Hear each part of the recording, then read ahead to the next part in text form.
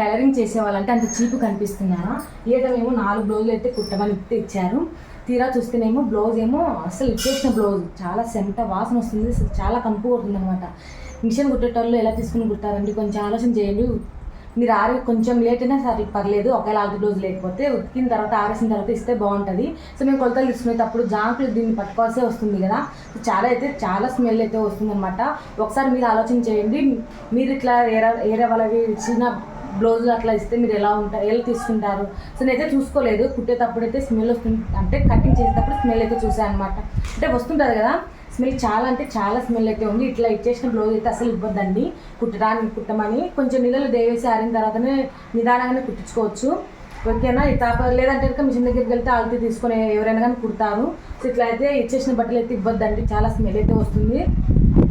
ఇంకొకసారి వాళ్ళు కూడా ఈ వీడియోస్ అయితే చూస్తూ ఉంటారు, మా ఊర్లో ప్రతి ఒక్కరు అయితే వీడియోస్ అయితే చూస్తూ ఉంటారు, వాళ్ళు కూడా చూస్తారు ఈ వీడియో. అందుకోసం నేనైతే ఈ వీడియో అయితే పెడుతున్నాను. చాలామంది ఇలా చేస్తున్నారేమో, మీరు చూసే వాళ్ళైతే ఇట్లాంటి బ్లౌజ్ అయితే పంపించొద్దండి.